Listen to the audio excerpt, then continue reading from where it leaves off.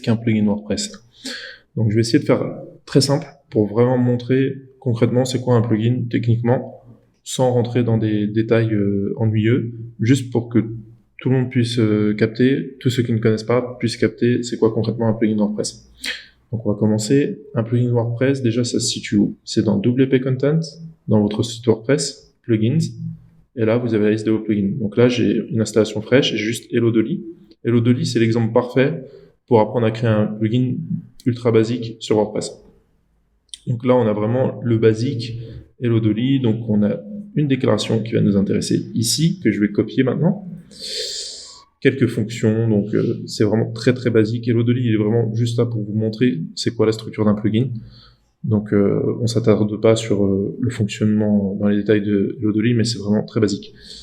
Pour créer un nouveau plugin, on va faire quoi? On va ajouter un dossier dans les plugins tout simplement. On va appeler par exemple mon premier plugin. Alors là on va éviter de mettre des caractères spéciaux, de mettre des espaces, etc. On va rester vraiment basique. Mon premier plugin, tac, et dans mon premier plugin, on va créer quoi? Un nouveau fichier qui va être le fichier qui va être lu par du coup WordPress, qui va s'appeler aussi mon premier plugin. On va faire très simple. Mon premier plugin, mais ce coup-ci, c'est un fichier .php, tac. Et là, je vais ouvrir PHP, tac, coller la déclaration d'Hello Dolly, et on va l'éditer tout simplement. Donc là, je mets le nom de mon plugin, mon premier plugin, tac. Ici, si jamais vous mettez votre plugin sur repo de WordPress, ce sera l'URL vers votre plugin que vous devrez mettre.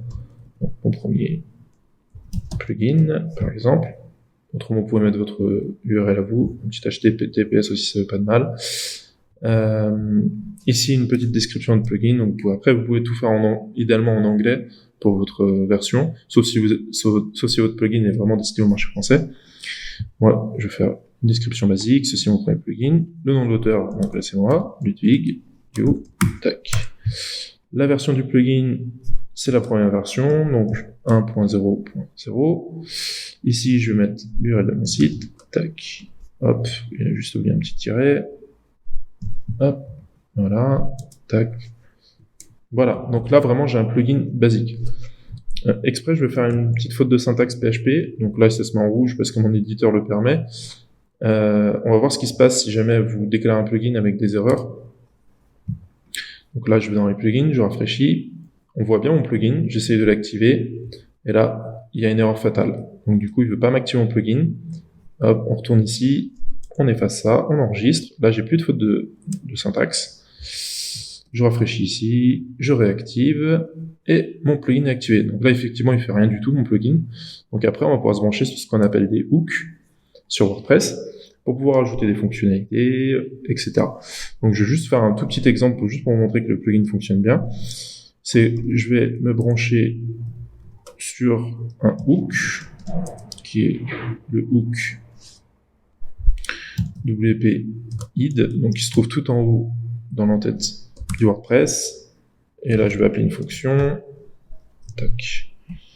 Hop, j'oublie pas mon petit point virgule pour pas faire d'erreur de syntaxe. Tac, tac. Et là, je vais faire un écho. Je vais mettre en H1 pour bien qu'on voit ce que je veux faire. Mon premier plugin. Tac, tac. On va l'enregistrer. Je reviens. Là, c'est mon site. Du coup, si je rafraîchis, mon plugin est activé. Donc, on va voir mon code directement. Voilà. Mon premier plugin s'est affiché ici. Donc là, on va voir si je modifie. Par exemple, je vais rajouter un petit point d'exclamation. Tac. Je rafraîchis. Tac. J'ai bien ça.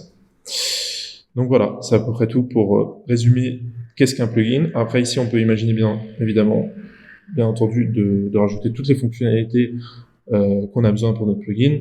Donc rajouter des fonctions PHP, les brancher sur des add actions. Il y a aussi les add filters. Il y a plein d'autres choses sur lesquelles on peut se brancher de WordPress pour utiliser au maximum les capacités du cœur de WordPress. Donc voilà, c'est tout pour cette petite capsule et on se retrouve bientôt pour d'autres tutos.